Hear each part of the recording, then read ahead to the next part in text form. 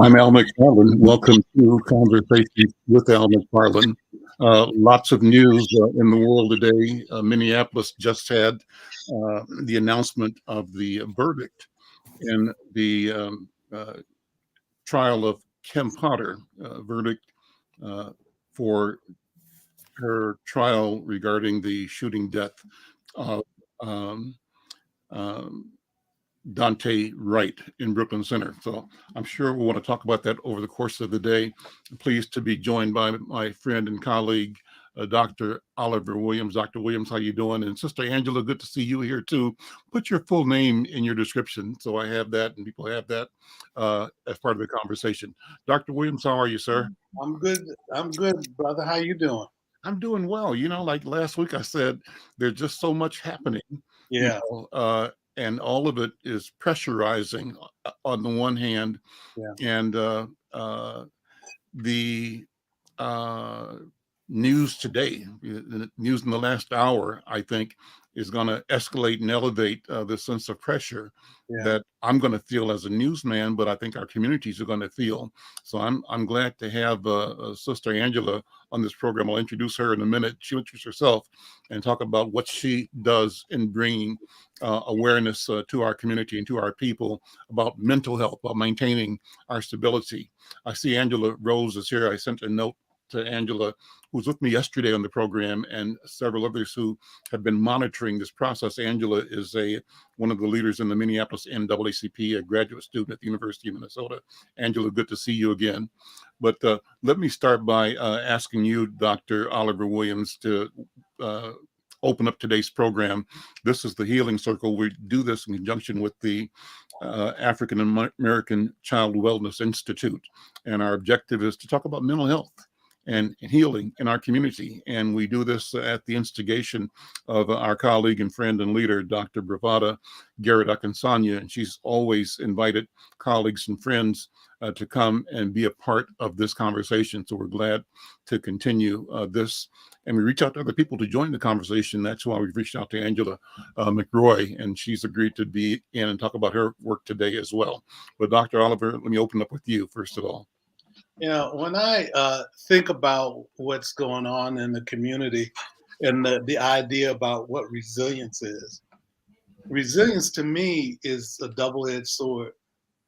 On the one hand, I think that we absolutely have resilience because what we've managed to do is just continue to press on and to go forward. But every time I think about resilience and people behaving in healthy ways, I also wonder whether or not there are um, situations where people are not doing so well. And it gets masked because when you see people behave in healthy ways, it may mask the challenges that they're experiencing as well.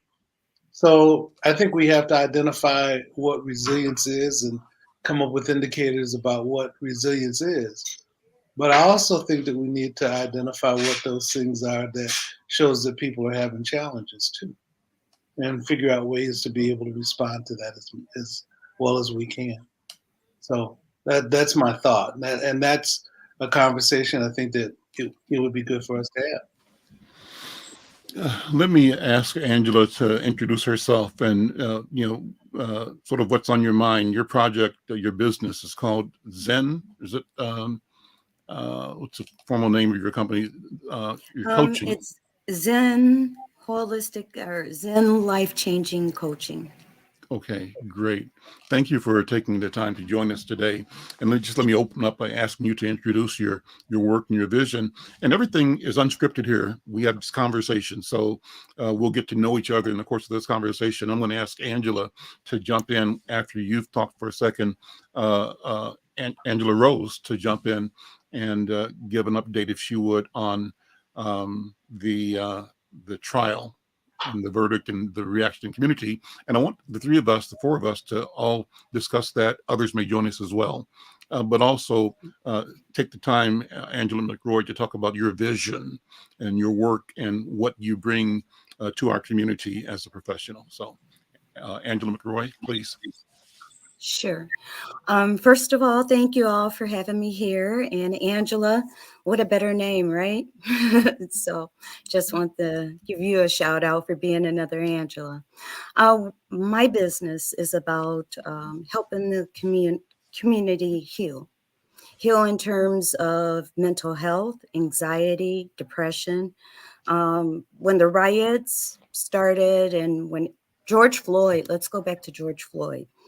I grew up in that area. I knew Cub Foods. That was our go-to store. We made them millionaires.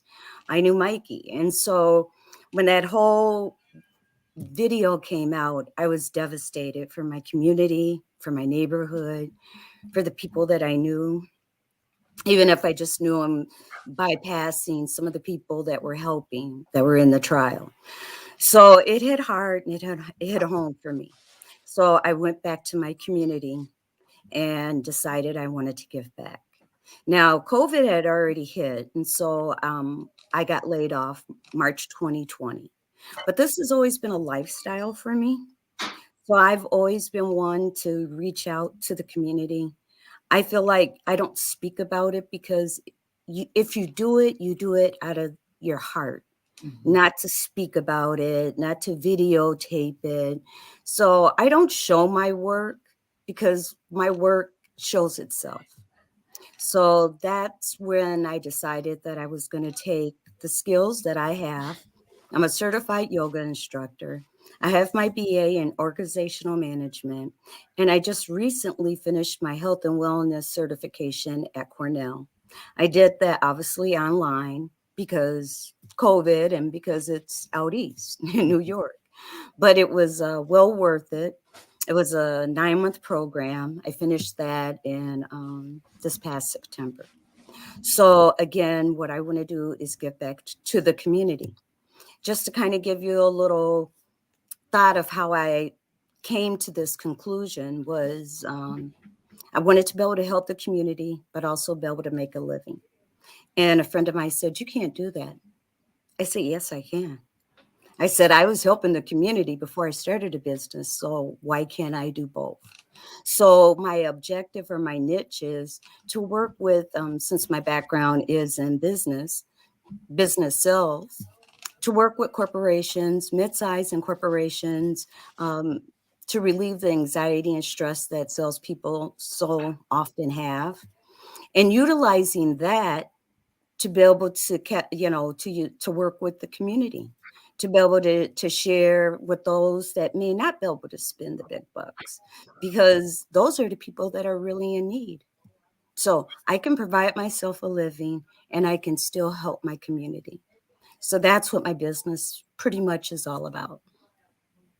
Awesome. I'm glad to have you here and glad to have you talk about that. What I often say, Angela McRoy, is that we need to figure out ways to be of service to each other in a business-like manner. And I think you epitomize that idea that if our community continues to be described by these awful disparities of healthcare outcomes, what would it be like if we were not simply looked at as the problem, but rather looked at as the solution, and that providing the solution became a business that we engaged in, that we would be known for, that we would end up uh, in all services be the healers, the solution makers of ourselves in our community. Angela Rose Myers, good to see you again, my friend. Let me just pivot to you real quickly and ask you to give an update as you've been watching or monitoring the trial, if you have been, and what it means and just your thoughts. Yeah, so the trial of Kim Potter, the white officer of Brooklyn Center that killed Dante Wright, as we remembered in December, right before Christmas, Potter was convicted of first and second degree manslaughter of Dante Wright. And today was her sentencing. And so sentencing usually is brought down by a judge, and her sentencing for these crimes is 2 years. The normal sentencing for manslaughter charge is 7 to 10 with the maximum 15 years in the state of Minnesota. Usually offenders will serve 2/3 of their sentence. And so with that, I actually pivot not just my words, but the words of Katie Wright, Dante's mother. After the sentencing of Potter, Katie said that today the justice system murdered my son all over again. She accused Miss Wright accused the judge of being taken in by white woman tears. So Kim Potter had cried before her sentencing, and then also she had said Katie had said she never once said his name during the trial, and for that I'll never be able to forgive you. And I'll never be able to forgive you for what you've stolen from us. His name was Dante Demetrius Wright, and I'll continue to fight in his name until driving while black is no longer a death sentence. And I think that's a sentiment of a grieving mother, but also of so many others in this community right now, where our dehumanization is constantly put on trial, right? Where our lives are put on trial, not us as human beings, as full, people who have so much to contribute to this society and this community, but rather, flattened to criminals. And when it's actually real criminals on trial who've murdered Black folk, we are, again, the ones who are centered as, well, she was in fear of her life, right? Or, she didn't see him as a full human being. And I think today, one of my comments, I was talking in a group chat with a number of activists, I said, this system is historically built to protect white women from Black men. This criminal justice system has historically been built protecting a white womanhood from the quote unquote deviance of Black men. And yet today, the system continues to protect a white woman from accountability of her actions, the ramifications of her actions after she's killed and murdered a Black man. And I say murdered in the moral sense of murder, of killing somebody, not in the legal sense, I'll just say. But that's just because I know there's folks on here who are acquainted with the law. But what I witnessed was a murder, and the law has said it's a manslaughter worth 2 years sentence. So morally, I disagree. I'd agree with that. And I would just like to say also, the cops were built to capture slaves, men and women. So it's always been a system that's been against us from day one. And I don't agree with defund the police, but I do agree with let's restructure the police. Let's have it where they understand. Let's have our own. Why can't we have more of our own policing, our own community? And because a lot of times they've got a record or something that holds them against being able to go into the police academy. I feel like that starts right there, where we're not even able to have our own go into the police academy because of the suppression that they put on us. I agree. And I believe there's a punitive logic that is inherent in our criminal justice system and very punitive towards Black folk. And you'll see it in the numbers of just how we are disproportionately represented in the criminal justice system.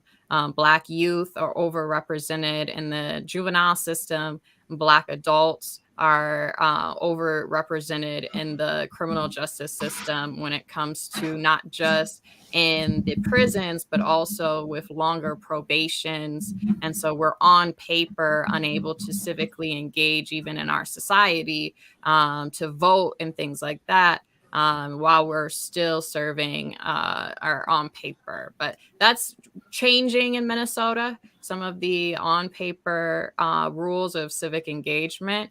And, there are these small things that can really change, the dynamics of how much power as a population we can wield.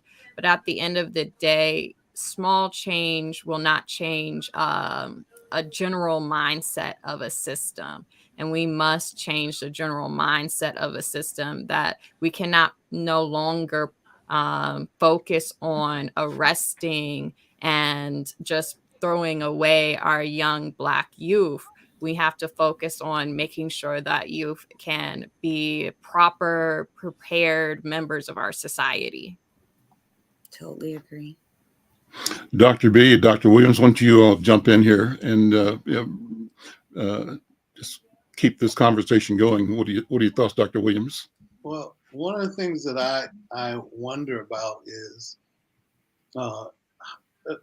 Angela, I know it's improper for a man to ask a woman her age, and I'm talking about the younger, I'm assuming the younger Angela. How old are you? You're at the U?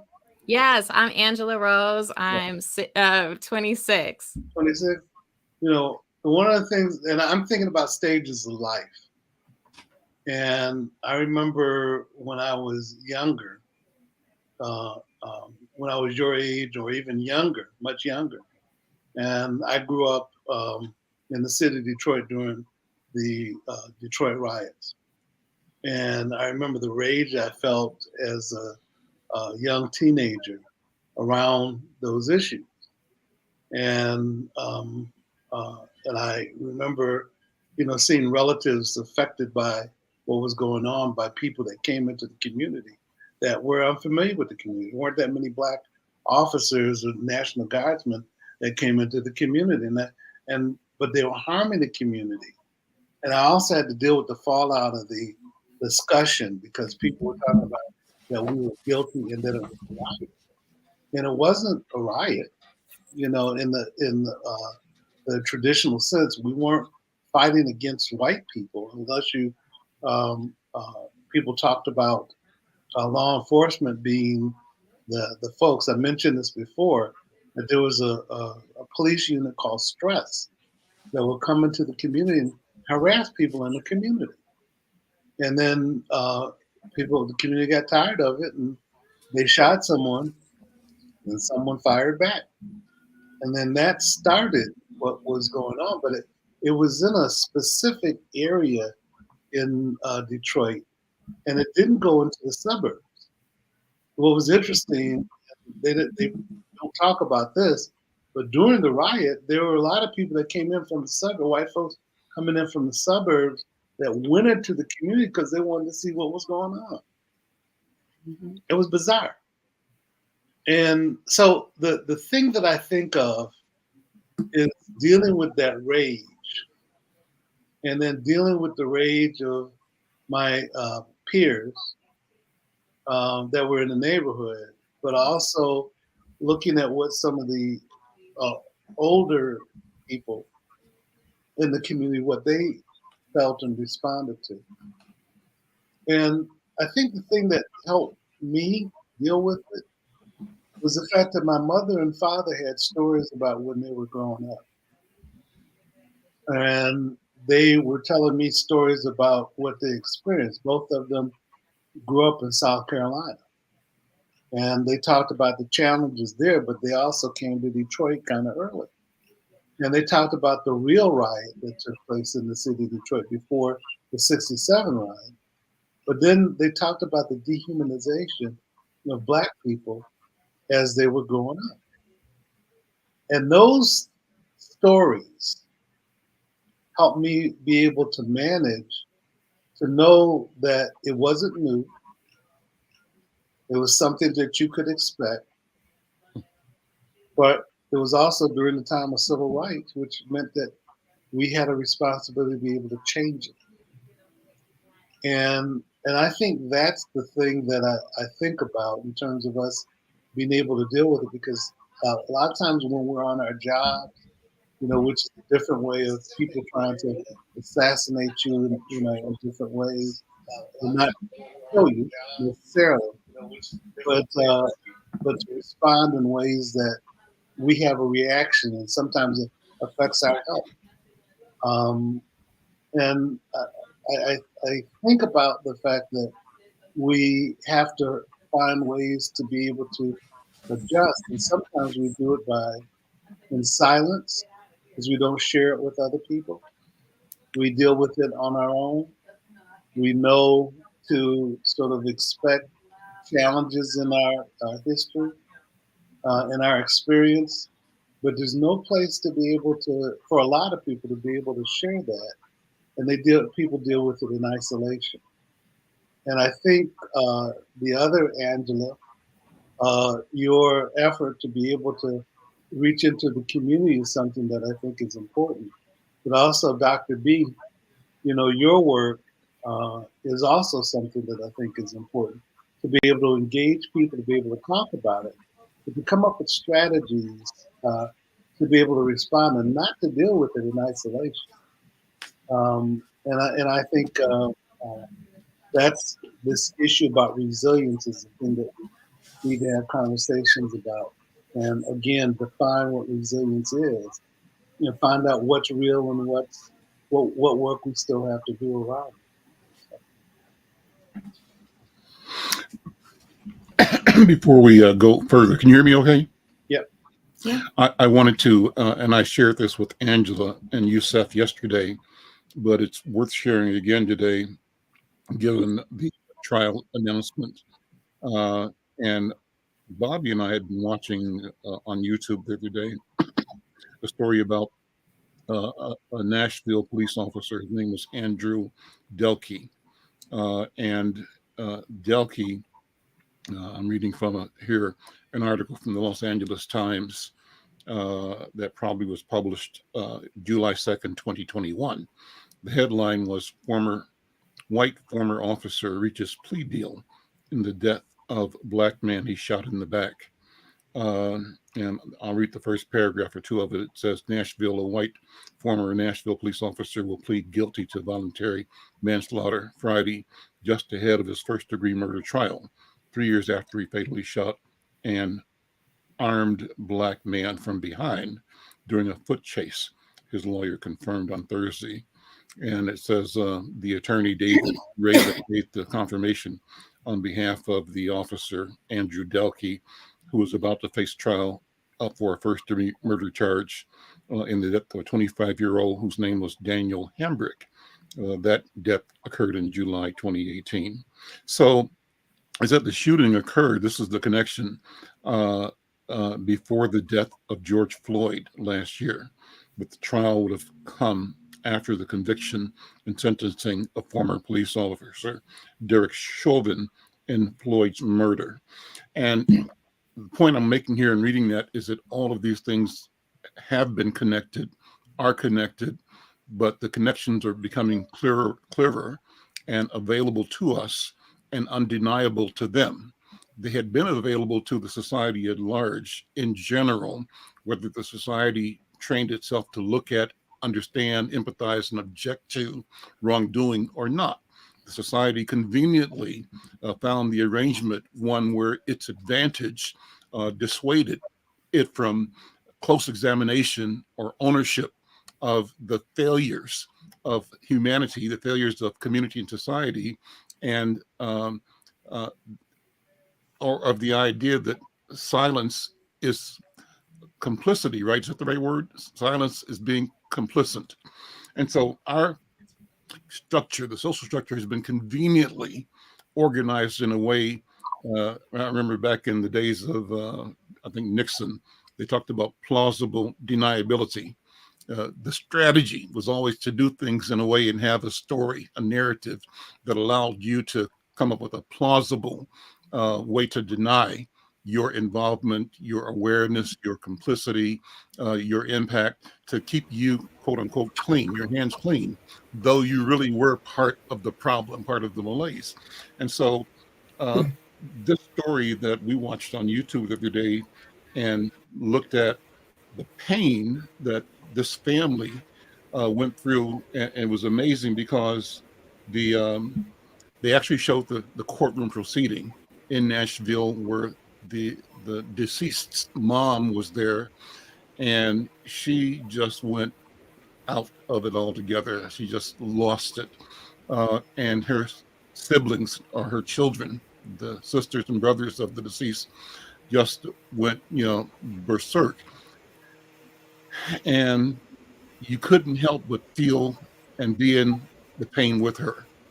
And they objected to the fact that the defending attorney for this man who had murdered their son and the present prosecutor, supposedly representing the family and the victims of the crime, were golf course buddies, and that they probably cooked up a golf course deal. And the golf course deal probably was that, yeah, you've been charged with murder, but why don't you just accept this plea deal, and we'll accept it from prosecution side, where you get 3 years, and you apologize, and you say that you hope your apology is going to help the community heal and go do better in the future. And so that's what happened. And it just reminds me of what happened today. And it assigns a value to a Black life. And, I think we have to have a conversation. So Dr. B, I just want to say that this things is connected, and all of it together requires and allows us to speak what we always have known, with more certainty and with more authority and with moral authority about the way the system itself is constructed to disadvantage, destroy, deny us. Be that as it may, we operate with an affirming posture and a belief that we will rise, but our rising is the solution to the malaise of the society. Our sustaining ourselves and developing ourselves, our resilience, ultimately is going to be the medicine for the sickness in society that tries to deny our humanity. That's what my thoughts are, Dr. B. I'm going to pass the talking stick to you to put this in context. I'll accept it. I have to first just say my heart goes out.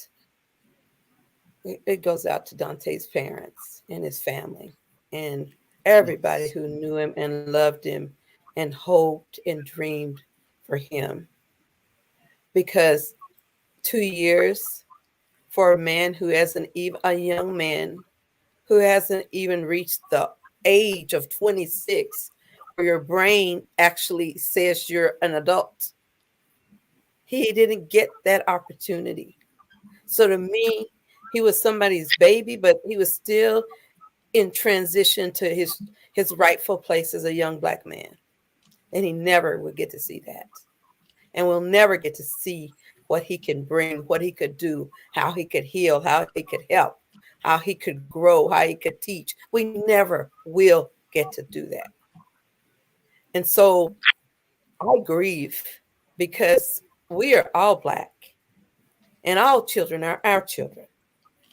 I grieve because I know as a psychologist, this has been a long time coming. A long time coming. From the moment we stepped off those slave ships, or even as indentured servants, the history of this country has said we don't matter. To the psychological and mental acrobatics that must take place for one human being to dehumanize another is, to me, a psychological phenomena in itself. Do you know what it must take when I look at it as a psychologist at how systemically our dominant white society has worked so hard to structure the systems that continue to make superior their bodies while simultaneously making ours inferior? Do you know the degree of effort, in not just implicit, but explicit effort that has taken place to get us to this point. So I think about the word that I say it often, I never hear it again. But the word mental side. We know about homicide. We know about suicide. We know about all of this, but we don't understand the word mental side. And mental side is the actual process of changing one human being mentally in your head to being less than human. And it goes so far in our history. We all heard about the word drapetomania, which was one of the first indicators of how they were going to treat our Black bodies. Because if you're Black and you wanted to run from slavery, you were mentally disordered. They called that absconding from service. You were drapetomaniac. You had drapetomania. And how did you catch it?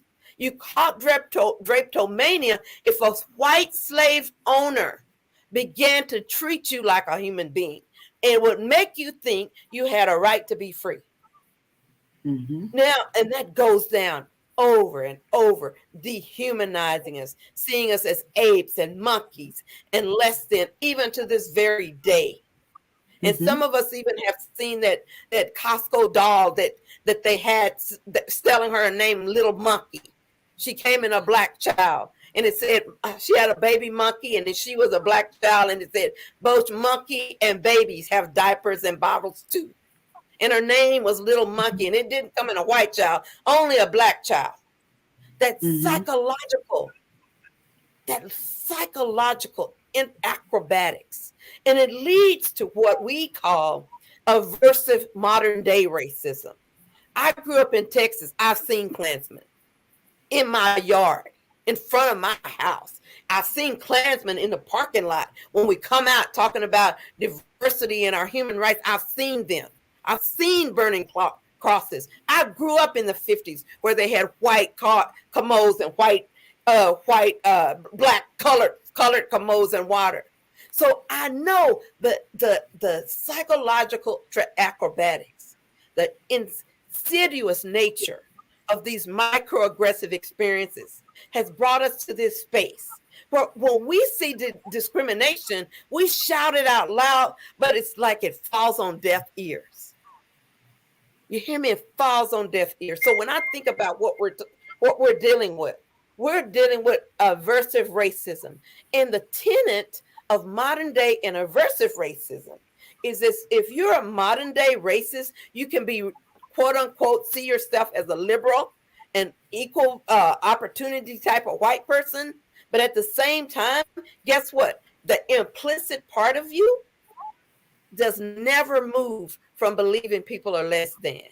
And in fact, they say as long as you can hide behind something legitimate, you can ascribe your behavior, your racist behavior, to something legitimized by policy, then you can stay racist and you can hide behind your racism. That's what this is, purely. Yeah. Isn't that what they're doing right now? They're trying to do a new Jim Crow. They're trying to take away our rights to vote, or at least to minimize how many of us can vote. I mean, just that in itself. And then thank you for sharing that, because you made me kind of think, was this really about Dante's case? Because Chevin got charged, that they did not want to charge another police officer, God forbid, no matter how wrong. And we had video and we seen he was not a threat. There was other ways that they could have dealt with him without killing him. And we all know that. And she should have received more than 2 years. But because Chevin is in there, and now we still have the trial of the other 3 officers going on, they're making their own racist statement right here. It's like, we're not going to put too many of them. I just watched a couple of little clips this morning of the defense, her defense, and, you know, oh, she's such a great person, and different family members were coming in, and, you know, and the white woman tears. They just didn't want to do it. and it's sad. It's really sad. So we get one conviction, but we can't get another one. We have all the same things. Video, it was not an accident. She was trained to know which one was a taser, which one was a gun. He wasn't a physical threat. And here we are today. And it's sad that the only thing we're known for the last 2 years is police brutality. You know, we can do better than that. I remember I was working at a nonprofit a few years ago, and I was doing some research, and I was shocked to find that Minnesota is second in lack of diversity or racism. It's crazy. And guess who's number one? Wisconsin. And then I seen some data just like a year ago. Those numbers have not changed.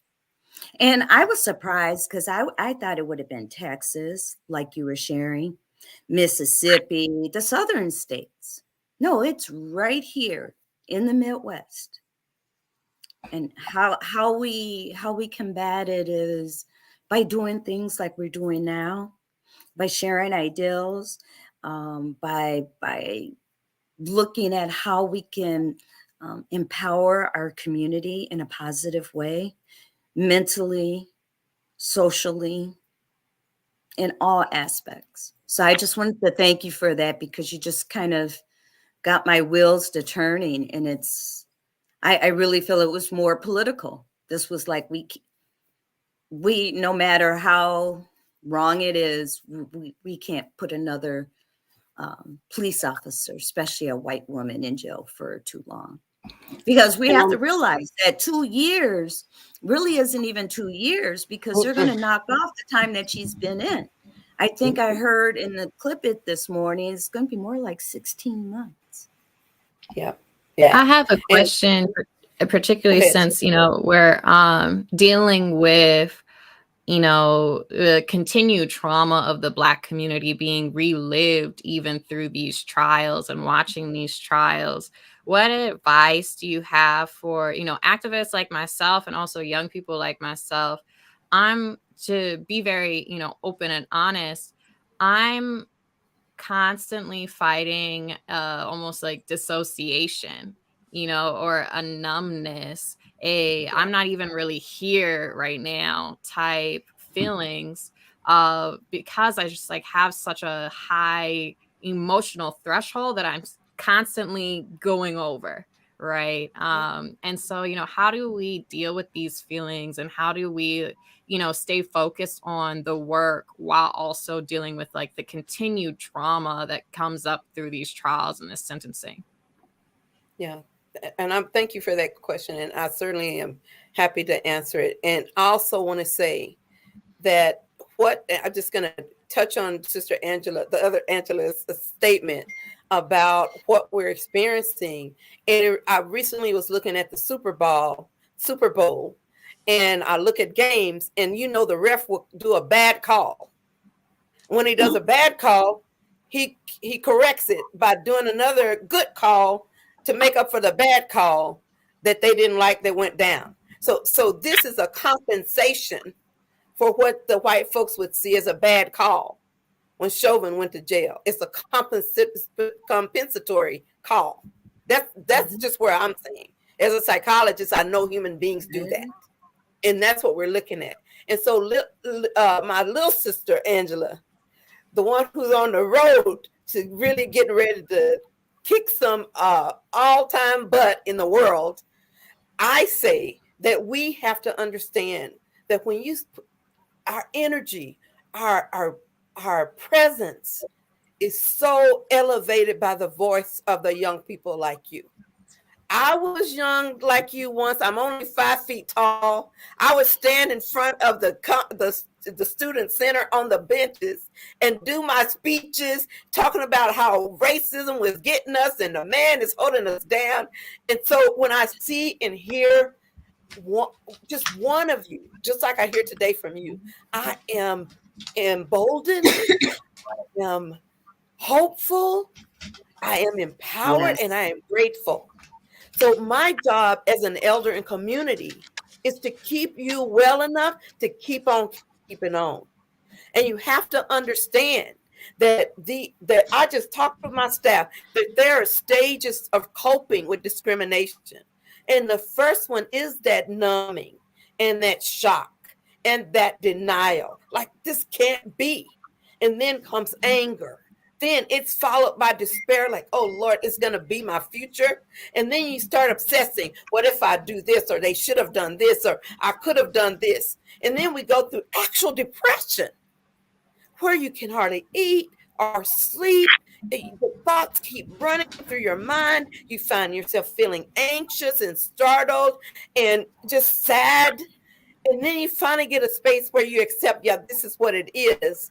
And we're going to have to fight and adapt to the way we are being treated. We got to learn how to make ourselves well enough to survive in this.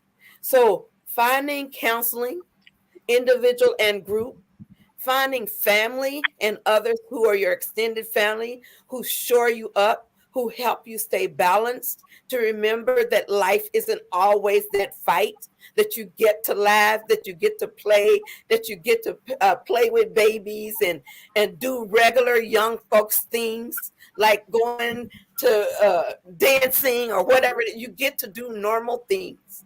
So don't forget to have balance, because you are a warrior. And as I said on the TV the other day, even warriors must rest. So balance, rest, people who make you laugh, recognizing you're not crazy, understanding that stuck feeling and seeking help, whether it be professional counseling, if it tends to last for weeks and months, because only your friends and family can only hear so much of it. You know, and then they start worrying about you, and then they don't let you talk. You don't even get to say I'm sad, because then you're trying to take care of them by not telling them how you feeling. So I'm just opening that door for you, sister, to let you know that any of those is your right. And getting your own brother and sister activists to do the same, we need to keep y'all on the path. And if it's anything I can do personally, I got your back. That's what and I'm sure everybody up here has got your back. And if they don't know you, they better ask somebody, because you're on the road. I hope that we need more. We need more Angelas in our community. That's what we need. Angela, what do you see as the evolving reaction of the activist community right now? Have you been watching social media, or is there posting going on? What is the sense that you say that you see at the moment?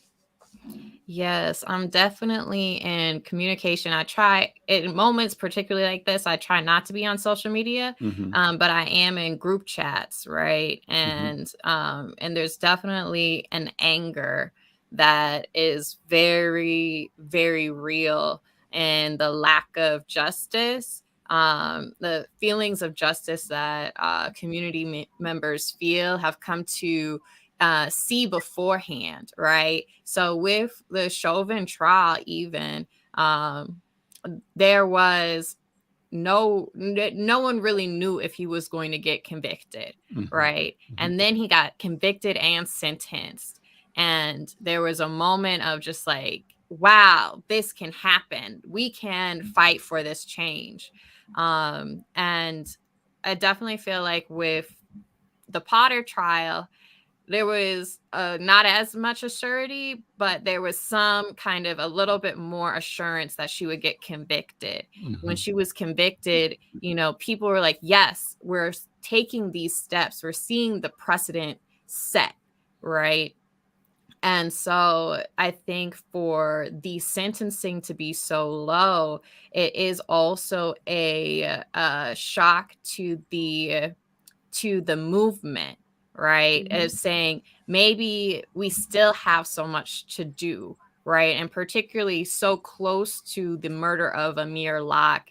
And then this morning, the Minnesota reformer dropped a video of the beating of Virgil Lee Jackson Jr., who was beaten with Jaleel Stallings over summer of 2020 during the George Floyd uprising.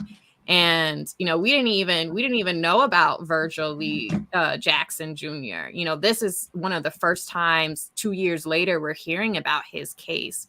And it just today, even after the murder of Deshaun Hill and all of the shootings that have been happening in North Minneapolis, it can feel hopeless. It can feel like, are we making any real progress? Whereas some of the older activists, that I've talked to, and I saw even Nakima Levy Armstrong mention this, and she said like she grew up in LA during the Rodney King, and those officers weren't even convicted, right? And so to have a conviction is a step in the right direction. But I guess, particularly for young folk like me, we have come to see how powerful we are, right?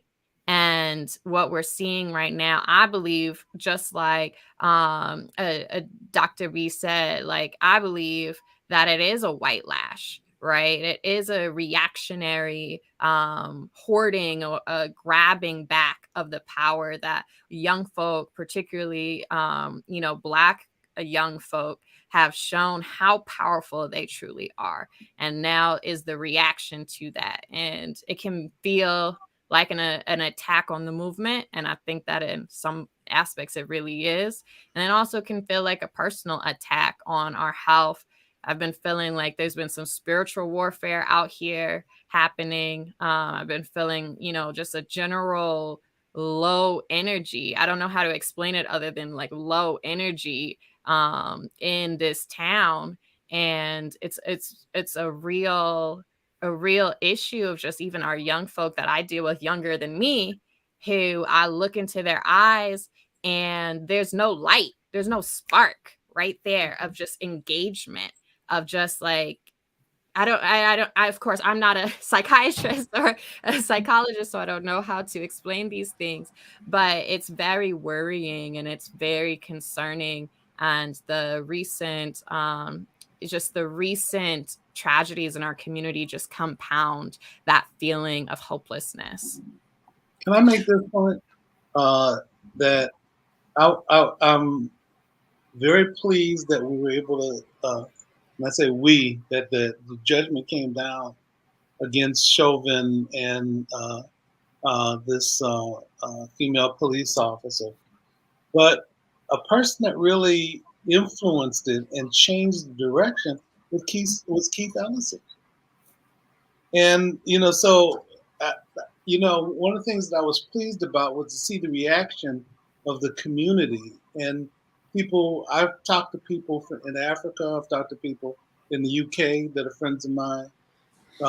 And the reaction was similar in terms of seeing a blossoming of cultures get together and see something that was wrong and say that it was wrong.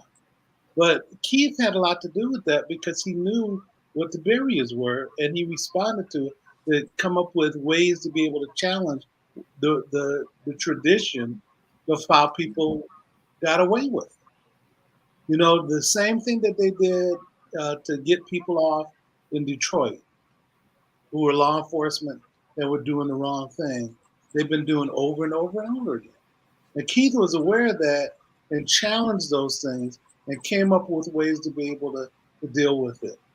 And so on the one hand, I really think that our community has something to do to contribute.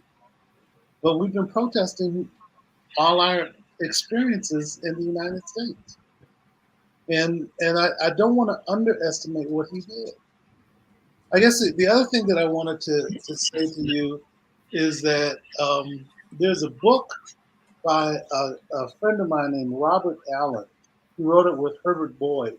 It's called Brother Man. And it's an odyssey of Black men in the United States. It sort of gives you different stories from different people, and it's an anthology. And it talks about the odyssey of Black men in America. The thing that Robert wrote also was a book called Port Chicago Mutiny. Port Chicago Mutiny was a story about these sailors that were in San Francisco. And what happened was that these sailors were working on the ship. It was and also gives background about why the military integrated. They didn't integrate because it was in their best interest. Of course, Chicago Mutiny told the story of these men that decided that their white officers that ended up causing an explosion that killed a lot of black men that were working on the ships, and they were loading things improperly. And there was a guy who was being who was one of the soldiers that was responsible for that. And his the prosecutor was his cousin, unbeknownst to a lot of people until later. So the thing that was interesting was that they found these men guilty of mutiny because they didn't like the way that the officers were treating them and putting them in unsafe conditions. These men had to deal with this shame for years and years until they were aged. And the thing that needed to occur was that they needed to find ways to be supported because they're being found guilty of something that wasn't their fault. And it eventually happened that they were able to have some recompense for how people were accusing them of different things. The thing I think about was how the Attorney General here, who was Vice President Hubert Humphrey, had an influence in terms of trying to overturn guilty verdicts and the mutiny, and to try to create some sense of justice associated with that. We've got to find ways to be able to, I think, deal with those challenges, but also get people in the right place to be able to do it, and to challenge the way that things have happened, like we did with George Floyd, and like we're doing with other situations and places. But I guess the other thing I'm thinking about is this, Angelo, as you were talking about things and things that you could do, I think among the things that you could do is what you're doing. You're finding a group of people that you could spend some time with and have conversations with about this, that you're finding ways to be able to move and be active associated with it. And I think the other thing is the fact that you find a balance in terms of dealing with what your reality is about. One of the things that I find very interesting is that you find a lot of people who don't agree with it, who would like to find people innocent. They don't deal with other people's reality. They deal with their own perception and then try to impose that on everybody, whether it's dealing with the fact that blacks couldn't be in sports and baseball, but at the same time, what they did was they ended up declaring white athletes as the ones that were superior without having a comparison. And if that's not crazy, I don't know what is. And so, but I also think about it with regard to growing up in Detroit and integrating a school, and then the behavior that they use to demoralize black students. They thought that it was right, but the black students had to find ways to be able to deal with it and to be able to challenge it in the reality. And there's much more to say about that, but I guess I'll leave it at that. Thank you, brother. Thank you, brother Oliver. Because what you're saying is hitting on the deeper systemic issues. I see we've been joined with our sister Shirlene LaChapelle. And if you don't mind, I know we're about to get ready to go, but let me give her the talking stick for a couple of minutes and welcome her to the panel. Thank you. I think we're talking about accountability systems and justice. Mm-hmm. I'm going to say I just felt sick this morning when I turned on the TV and saw that they gave Officer Kim, Potter 2 years, and it could be less. And I'm thinking they use the judge Chu, who is known to not mete out justice on many cases, and when Keith Ellison's office was involved, she had to act differently. Things went differently. I heard the defense attorney. I mean, I thought he was talking about the Virgin Mary or somebody with all the, and she's this and she's that. And I'm listening, and then the judge is like, she's just 100% with this. Like, yes, like she was hiring the woman for a job. And she's the stress, the mental distress she's in, being in solitary. Well, everybody that goes to jail is in mental distress, okay? I don't know anybody that would not be. I'd be scared for my life going to prison. But nobody else is going to get that benefit of the doubt. No one. They're just going to be thrown in with the general population, and God help you. And the police and the warden and everybody else knows that happens to other people. They know people get raped and violated and murdered in there. So how is she special? Because she was a police officer? I mean, I'm sorry, transfer her somewhere else where they don't know, with a fake name in another state, and let her do her time. Get her out of Minnesota then. You raised the question, Sherlyn, about Judge Chu, and I'm wondering if there's any significance, maybe there's none, maybe it's just me, in the fact that in this case, a person of color was the judge.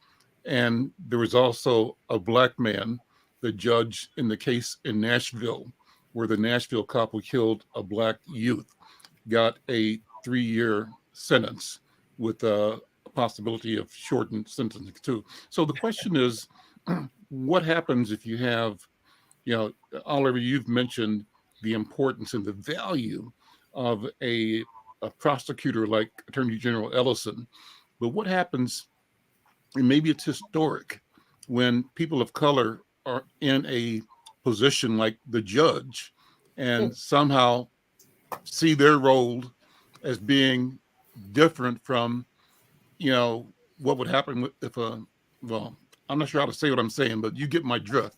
Is there any connection in your minds about how people of color as judges do things differently, and sometimes not to our advantage? And I do know, so my aunt was a judge in Philadelphia, and she was routinely called the worst judge in Philadelphia because of her long sentences, and she mainly oversaw domestic violence, rape, and sexual assault cases.